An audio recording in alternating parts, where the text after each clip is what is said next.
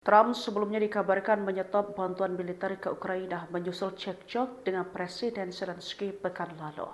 Seorang pejabat Gedung Putih mengatakan Trump telah memberhentikan sementara bantuan militer Amerika Serikat ke Ukraina dan saat ini sedang meninjau kembali bantuan-bantuan tersebut.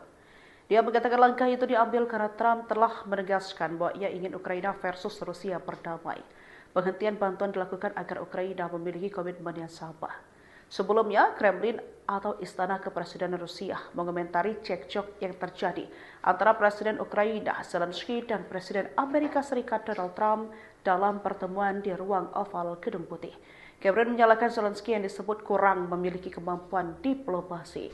Juru bicara Kremlin, Dmitry Peskov, seperti dilansir dari salah satu sumber, Senin 3 Maret 2025 menyebutkan adu mulut yang terjadi di depan wartawan itu sebagai sesuatu yang belum pernah terjadi sebelumnya.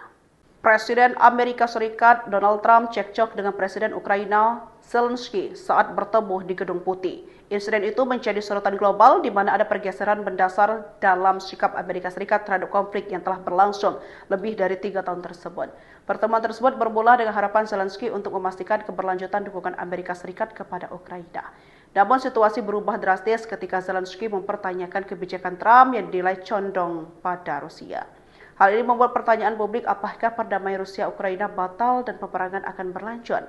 Ketidakpastian perdamaian dengan Amerika Serikat yang masih bimbang dalam menentukan sikap, serta Eropa yang berusaha mencari solusi melalui gencatan senjata. Prospek perdamaian antara Rusia dan Ukraina masih belum jelas. Ketegangan semakin meningkat setelah pertemuan antara Presiden Amerika Serikat Donald Trump dan Presiden Ukraina Zelensky di Washington yang berakhir dengan konfrontasi sengit. Trump bahkan dikabarkan meminta Zelensky untuk meninggalkan Gedung Putih setelah kesepakatan terkait mineral tanah jarang antara kedua negara batal ditandatangani.